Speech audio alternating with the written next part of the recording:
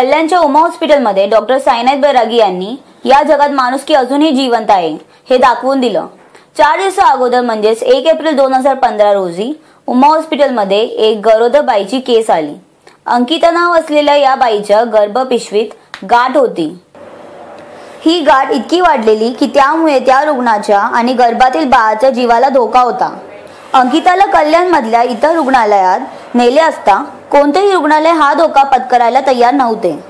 तिला डॉक्टर बैरागी यांच्याकडे आणले गेले तेव्हा तिची परिस्थिती आणखी बिकट होत चाललेली, पण डॉक्टर बैरागींनी आपल्या अनुभव आणि कर्तृत्वाच्या जोरावरही शस्त्रक्रिया यशस्वी करून अंकिता व तिच्या गर्भातील बाळाचा प्राण वाचवला।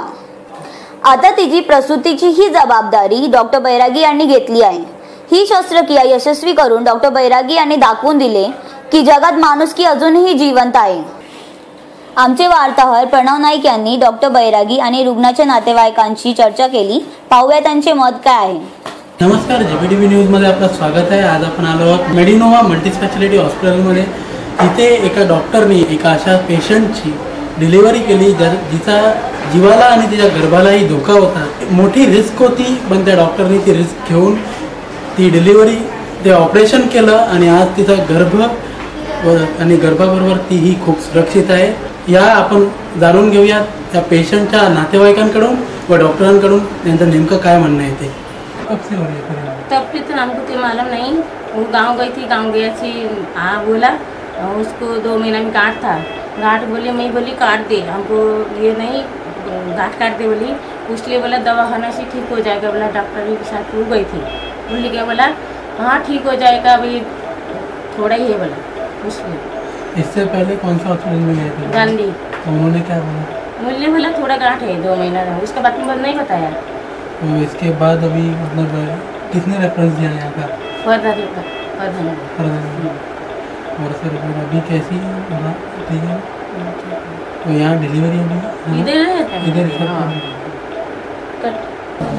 तकलीफ तो अभी थोड़ा तो भी ऐसा दर्द होता है करके उनको बताया था, लेकिन अभी के फिलहाल की कंडीशन में ऐसा हो गया कि हमारे मिसेस ने सब पता लगा कि कहाँ पे क्या है कहाँ पे क्या है करके मैंने कल वाले लिया, वहाँ से भी ठीक नहीं हुआ। कुछ तो मालूम ही नहीं पड़ा कि क्या हुआ करके, किसने बताया नहीं कि ऐसा चीज़ हुआ करके। फिर उसके बाद यहाँ का डॉक्टर का एड्रेस मिला अपने को। यहाँ पे आने के बाद उनका ऑपरेशन हुआ। बहुत अच्छा हुआ कि जो कि 2 जान को बचाया उन्होंने। ये डॉक्टर ने एग्जैक्टली अभी क्या था मालूम ही नहीं कि उसके अंदर क्या था, कैसा है, कुछ भी अंदाजा नहीं हो रहा था। उन्होंने अपने सर के ऊपर रिस्क लिया कि मैं इसको ओपन करूँगा, क्या होगा फिर बाद में बताऊँगा कि बोला था। लेकिन उन्होंने जो कुछ किया अपना जवाबदारी के ऊपर करने के बाद ऑपरेशन सक्सेस हुआ। दोनों का जान को अलग अलग करके बहुत अच्छा। आगे का क्या करोगे? अभी तो दवा तो इलाज चालू है, आगे देखेंगे। और इसमें जो भी हमारे मालिक ने जो भी साथ दिए, जैसा एक तो हमारे भगवान डॉक्टर हो गए, दूसरे मालिक हमारे जो उनको सपोर्ट करने वाले साहब है हमारे निर्मल इंडस्ट्रीज, विकास देसाई और प्रकाश देसाई, उनका हाथ भी है कि जो कि हमको आज तक सपोर्ट किया और ये हॉस्पिटल में खड़े हैं उनकी वजह से। उमा फर्टिलिटीमध्ये 2 ऑर्गनायझेशन्स आहेत।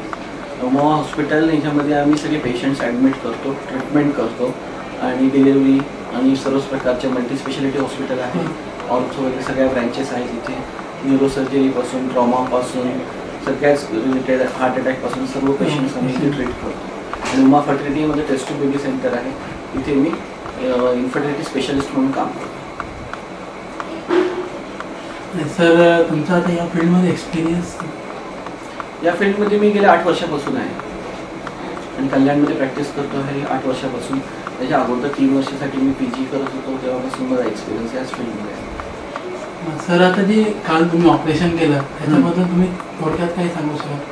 काल जे मी ऑपरेशन केलं, आता गेल्या 11-12 वर्षांमध्ये मी बघितलेली एक विचित्र घटना आहे आणि अतिशय विचित्र केस आहे। याच्यात सांगण्यासारखं एक महत्त्वाचं असं आहे की पेशंट प्रेग्नंट आहे, एक 7 महिन्याची गरोदर आहे आणि तिच्या पोटामध्ये जी गाठ आहे ती एक 40 सेंटीमीटरची गाठ होती आणि ती प्रेग्नन्सी बरोबर 40 सेंटीमीटरची गाठ ही वाढलेली। आणि त्याच्यात महत्त्वाचं असं की जनरली बऱ्याच वेळा ओव्हॅरियन सिस्ट असे डेव्हलप होतात, मोठे मोठे होतात, परंतु ते कधी एवढे बॅड होत नाही। पण या केसमध्ये त्याचं डायग्नोसिस कन्फर्म नव्हतं। म्हणजे चॅलेंजिंग गोष्ट हीच होती याच्यामध्ये की तिचं डायग्नोसिस कन्फर्म नव्हतं। आणि डायग्नोसिस कन्फर्म यासाठी होत नव्हतं कारण की 7 महिन्याची आधीच गरोदर झालेली ही स्त्री त्यानंतर याच्यामध्ये अंडाशयाची जे काही गाठ होती ती एवढी मोठी झाली होती की त्याच्यामुळे अल्ट्रासोनोग्राफीवरती ती कुठून निर्माण झालेली आहे, अंडाशयाची आहे का किडनीपासून आली आहे का रेट्रोपेरिटोनियमपासून आलेली आहे किंवा पाठीमागच्या भागातून आली आहे का नसांची गाठ आहे, रक्तवाहिन्यांची दाखवलेलीच नव्हती. जेव्हा गर्भपिशवी छोटी असते आणि पोटामध्ये जागा जास्त असते त्यावेळेला हे समजू शकतं, परंतु त्यावेळेला हे कळलं नाही. त्यामुळे हा सगळा गोंधळ झालेला आहे. तेव्हा जर ते डिटेक्ट झालं असतं, जेव्हा ती राजीव गांधी वगैरे बऱ्याचशा हॉस्पिटल्समध्ये गेली तेव्हा ते डिटेक्ट नाही झालं, त्यामुळे आता तिचं ओरिजिन सापडत नव्हतं. मग आता आम्ही जेव्हा सोनोग्राफी केली तेव्हा आम्हाला म्हणजे रक्तवाहिनीचं पुंजके त्यात दिसत होते, त्याच्यामुळे खूप डेंजरस होतं आणि पेशंटची कंडिशन एकदम खराब, तिचं जेवण बंद झालेलं. त्यामुळे इमर्जन्सीमध्ये पेशंटला ओपन करून ऑपरेट करण्याशी दुसरा पर्याय नाही. याला एक डायग्नोसिससाठी एक MRI स्कॅन करणं फार जरुरी होता. पण कल्याणमध्ये असं कंडिशन आहे की PCPNDT ॲक्टमुळे MRI machine is not registered आणि त्याच्यामुळे कोणीही MRI करायला तयार होत नाहीये गरोदर स्त्रियांचं. हे याच्यातलं वाईट म्हणजे PCPNDTच्या मुळे जे स्ट्रिंजंट ॲक्टिव्हिटीमुळे की पेशंटला पण किती सफर करावं लागतं हे मला मुख्यतः याच्यातून सांगायचं आहे. त्यासाठी म्हणजे मेन आहे कारण की MRI मशीन PCPNDT एका व्यक्तीसाठी कोणी रजिस्टर करणार नाही कारण की असे पेशंट कमी असतात जे गरोदरपणामध्ये ज्यांना अशी मोठी गाठ होईल किंवा त्याला MRI करायची मस्ट गरज पडेल. कारण की ही जी गोष्ट होती ही MRI शिवाय कळणार नव्हती की एक्झॅक्टली ती ओरिजिन काय आहे, म्हणजे कुठल्या प्रकारचं आहे. आणि अशा केसमध्ये बायोप्सी घेणं पण अतिशय अवघड असतं. सोनोग्राफी गायडेड अल्ट्रासोनोग्राफी जिथे लिमिटेशन्स आहेत तिथे डिफिकल्ट जातात. तर हीच फार मोठी चॅलेंजिंग होती. त्याच्या पुढं तर केस क्रिटिकल किती आहे काय आहे ते आमच्यासाठी नेहमीच आहे, त्यामुळे आम्हाला त्याच्यामध्ये टेन्शन नव्हतं.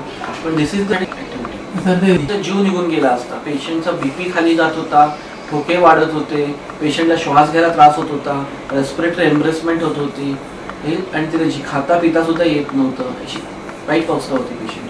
आता पेशंट कसं आहे, आता पेशंट जसं सिम्पटम्स आम्ही म्हणजे जसं आम्ही गाठ काढली तसं पेशंट आता बेटर आहे, आता चांगला आहे. म्हणजे पेशंट कम्पॅरेटिव्हली अजूनही ICU मध्येच ॲडमिशन आहे. म्हणजे गर्भपिशवी सुरक्षित स्टेबल होईल. अपेक्षा आहे की 4-5 दिवसात व्यवस्थित होऊन ICUच्या बाहेर पण येईल. तुम्हाला वाटतं की नॉर्मल असणार डिलिव्हरी? हां, डिलिव्हरी नॉर्मल होऊ शकते हिची, म्हणजे त्याच्यासाठी याच्यात काही इश्यू नाही होणार. आणि पुढची ट्रीटमेंट येस, पेशंटला डेफिनेटली आम्ही आमच्याकडेच ट्रीटमेंट देऊ आणि पूर्ण डिलिव्हरी होईपर्यंत तिची काळजी आमच्याकडेच. पेशंटची आणि तिच्या बाळाचा प्राण वाचवला. आता ह्यानीच समजतं की अजूनही जगात माणुसकी जिवंत आहे. कॅमेरा पर्सन प्रतिभा जयस्वाल सोबत मी Pranav Naik, JPTV news, Mumbai. Harbour लाईनची वाहतूक विस्कळीत. सांडपाड्याजवळ रेल्वे रुळाला तडा. मानपाडा रेल्वे स्थानकाजवळ रुळाला तडा गेल्याने हार्बर लाईनची वाहतूक विस्कळीत झाली आहे. अप आणि डाऊन दोन्ही मार्गावरील वाहतूक विस्कळीत झाली असून गाड्या 15 ते 20 मिनिटं उशिराने चालत आहेत. Bureau report, JPTV news, Mumbai.